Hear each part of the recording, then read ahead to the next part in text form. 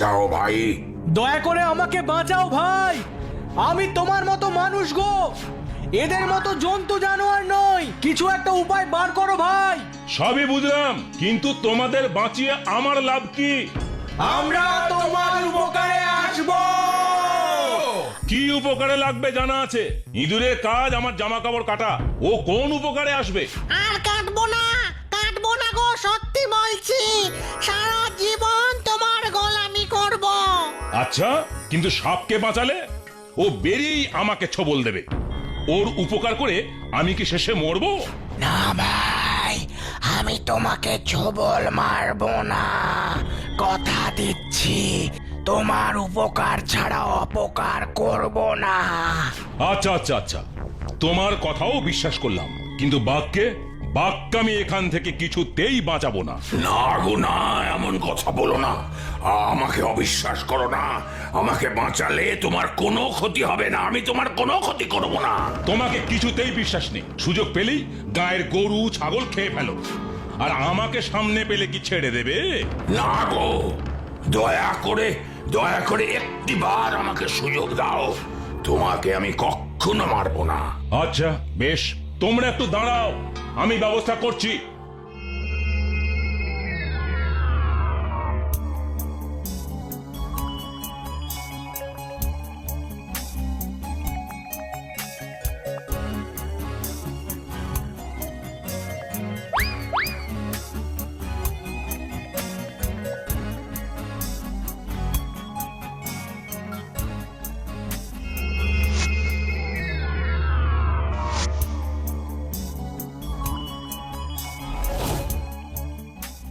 তুমি আমার প্রাণ রক্ষা করেছো, তুমি আমার রক্ষাকর্তা, তোমাকে আজীবন মনে রাখবো।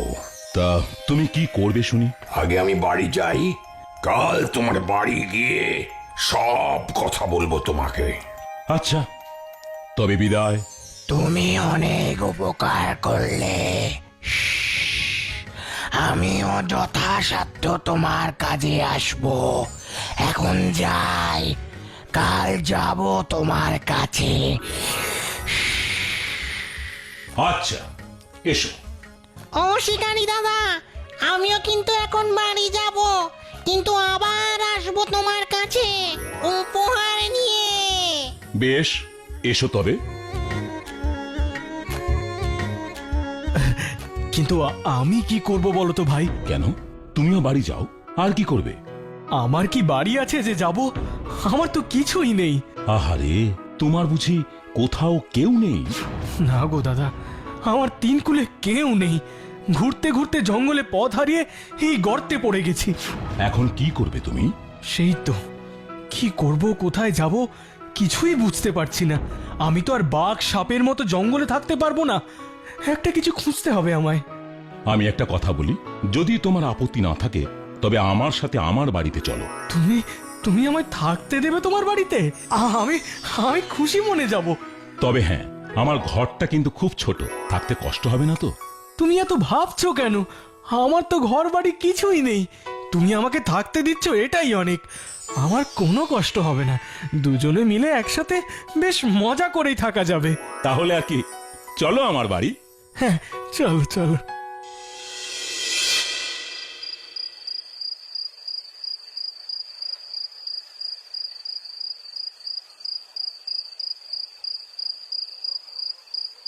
হে বাবা, এই বাসি ভাত শুধু নুন দিয়ে খেতে হবে? হ্যাঁ ভাই, কি করব বলো, আজ শিকারে গিয়ে কিছুই পাইনি, তার উপর তোমাদের গর্ত থেকে উদ্ধার করতেই পুরো দিনটা চলে গেল।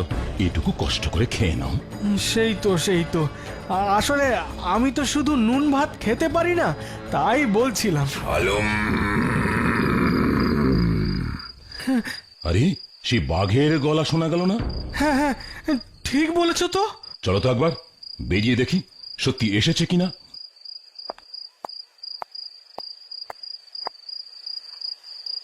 আলম, আলম।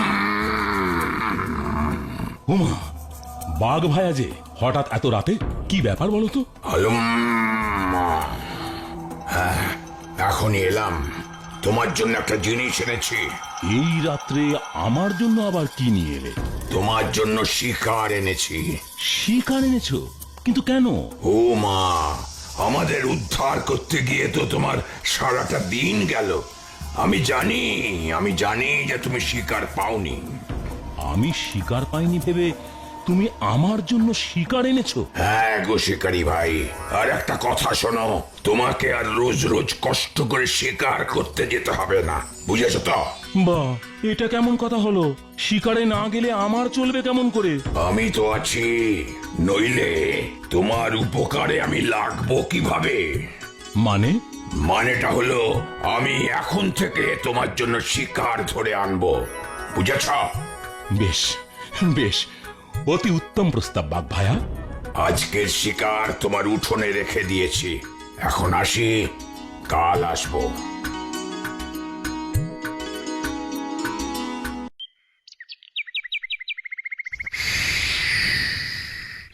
শিকারি ভাই, ও শিকারি ভাই, বাড়ি আছো?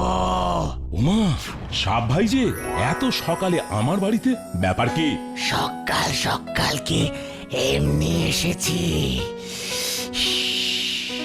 তাড়াতাড়ি একটা পাত্র আনো, আমি তোমার জন্য একটা জিনিস নিয়ে এসেছি। পাত্র দিয়ে কি হবে? কি এনেছো তুমি?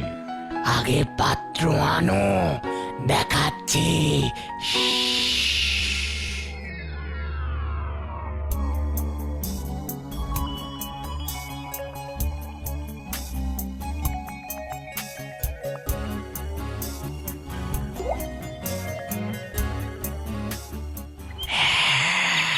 নাও শিকারি দাদা, এটা রাখো তুমি। ও বাবা, এই যে তোমার বিষ, কি হবে এতে? শুধু বিষ হলে কি দিতাম, এটা ওষুধ গো। আমার তো অসুখ করেনি, ওষুধ কি হবে? আহা, তোমার অসুখ করবে কেন?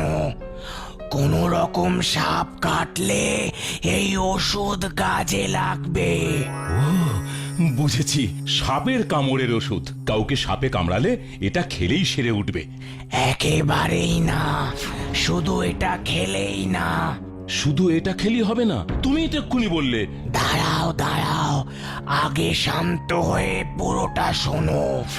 এই ওষুধের সাথে রক্ত মিশিয়ে দিতে হবে। রক্ত? কার রক্ত?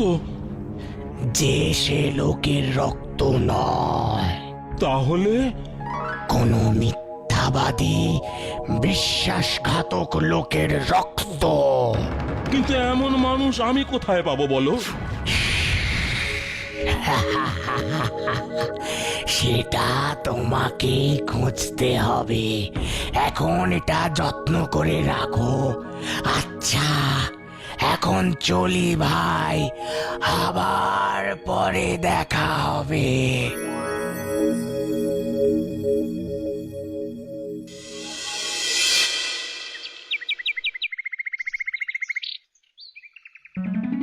ও, কাজ না করে এরকম ভাবে ঘরে বসে থাকতে থাকতে যে হাঁপিয়ে উঠেছি, ভালো লাগছে না।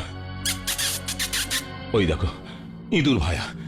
আচ্ছা, এবার বলো তুমি হঠাৎ আমার বাড়িতে কেন এলে? তোমার জন্য একটা পুঁটলি এনেছি গো শিকারি দাদা, এই দেখো। আমার জন্য এনেছো? কিন্তু এতে কি আছে বলো তো ভায়া? বলেছিলাম না তোমার জন্য উপহার আনবো, সেটাই আজ নিয়ে এলাম গো। ও তাই বুঝি? তা কি উপহার এনেছে ও দেখি? নাও নাও, ধরো ধরো। ওরে বাবা, এত দামি দামি হিরে মণি মানে কোথায় পেলে?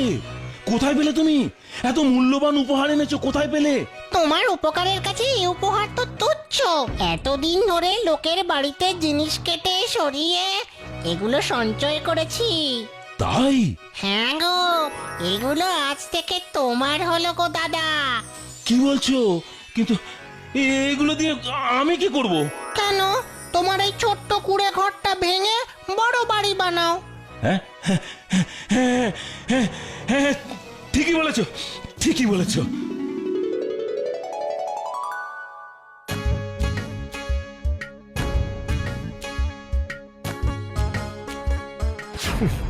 একেই বলে কপাল। ছিল গরিব শিকারী, নুন আনতে পান্তা ফুরোতো, আর এখন একেবারে রাজা, কিছুই করলো না অথচ এত কিছু পেয়ে গেল। দেখলেই আমার অসহ্য লাগছে। আমিও তো ওই জানোয়ারগুলোর সাথে একই গর্তেই ছিলাম, কিন্তু কিছুই তো পেলাম না। শোনো শোনো শোনো, সবাই শোনো, আমাদের গ্রামের জমিদারের বাড়ি থেকে বহু মূল্যবান জিনিস চুরি গেছে। যদি কেউ সেই চোর বা জিনিসের খোঁজ দিতে পারে, জমিদার মশাই তাকে পুরস্কার দেবেন। শোনো শোনো শোনো। এই যে সুযোগ পেয়েছি, শিকারী এবার বড়লোক হওয়ার মজাটা টের পাবে। দাঁড়াও তোমার ব্যবস্থা করছি। কি কি জিনিস চুরি হয়েছে, কবে হয়েছে, সবই তো তোমাকে আমি বললাম। তা তুমি এ ব্যাপারে কি সাহায্য করতে পারবে বলো? কিছুদিন আগে এক শিকারীর সাথে আমার আলাপ হয়েছে। সে ছিল খুবই গরিব, এই গ্রামে একটা কুঁড়ে ঘরে থাকতো, কিন্তু হঠাৎ করেই সে বড় লোক হয়ে গেল, বিশাল অট্টালিকা বানালো। রাতারাতি সে এত টাকা পেল কোথায় আপনি বলুন জমিদার বাবু? তাই তো তুমি ঠিকই বলেছো। আমার সন্দেহ হয়েছে বলেই তো আপনাকে বললাম হুজুর। এখন আপনি খবর নিয়ে দেখুন আসল ব্যাপারটা কি। আমি তবে আসি। ঠিক আছে, কালই আমি শিকারীর বিচারের ব্যবস্থা করছি। হুজুর, আপনার বাড়ি থেকে কি জিনিস কিভাবে চুরি হয়েছে আমি জানি না, আমি সত্যি বলছি। তবে তুমি এত টাকা পয়সা কোত্থেকে পেলে? সে এক অবিশ্বাস্য কাণ্ড হুজুর। বলছি শুনুন। চুরি করে আবার এ সমস্ত আজগুবি গল্প বানাচ্ছ? আজগুবি নয় হুজুর, সত্যি। হুজুর হুজুর, খোকা বাবুকে সাপে কেটেছে গো, আপনি তাড়াতাড়ি একবার চলুন। কি বলছো তুমি? আমার এত বড় সর্বনাশ হলো, আমার একমাত্র সন্তান। কি করি এখন আমি, কি করি? হুজুর, এত অস্থির হবেন না, আমার কথাটা একবার শুনুন দয়া করে। না না না, আমি কোনো কথা শুনতে চাই না। টাকা পয়সা কিছুই আমি ফেরত চাইছি না, শুধু আমার খোকা, আমার নয়নের মণিকে আমি চাই। আমি সে কথাই বলতে চাইছি হুজুর। আমার কাছে সাপের বিষের ওষুধ আছে, ওই গর্ত থেকে উদ্ধার পাওয়া সাপটা দিয়েছিল, সেটা খেলে ওর ভালো হবে। সত্যি বলছো তুমি? তবে দাও আমাকে, দাও।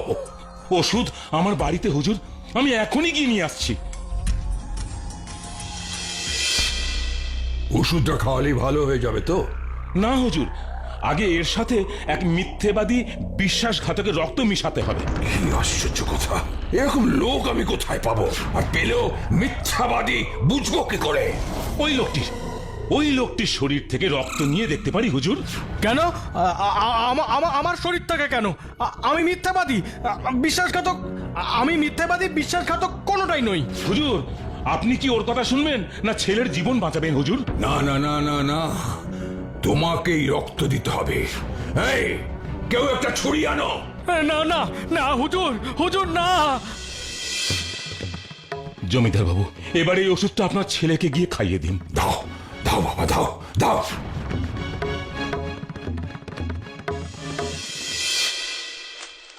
এটা একবারে অবাক কাণ্ড। তোমার দেওয়া ওষুধ খেয়ে আমার ছেলের জ্ঞান ফিরেছে, সুস্থ হয়ে উঠেছে। তোমাকে যে আমি কি বলে কৃতজ্ঞতা জানাবো। আমি যে মিথ্যে বলিনি তার প্রমাণ পেলেন তো হুজুর। ওই লোকটিকেও আমি উদ্ধার করেছি, আমার বাড়িতে থাকতে দিয়েছি। সেসব ভুলে পুরস্কারের লোভে ও আপনার কাছে আমাকে চোর সাজাচ্ছে, আমার নামে মিথ্যে বলছে। এই, কে কোথায় আছিস? এই লোকটাকে বন্দি কর। আর কখনো মিথ্যে বলবো না হুজুর, আমায় ছেড়ে দিন হুজুর, আমায় ছেড়ে দিন। আর শিকারী, তুমি আর আমি আজ থেকে বন্ধু।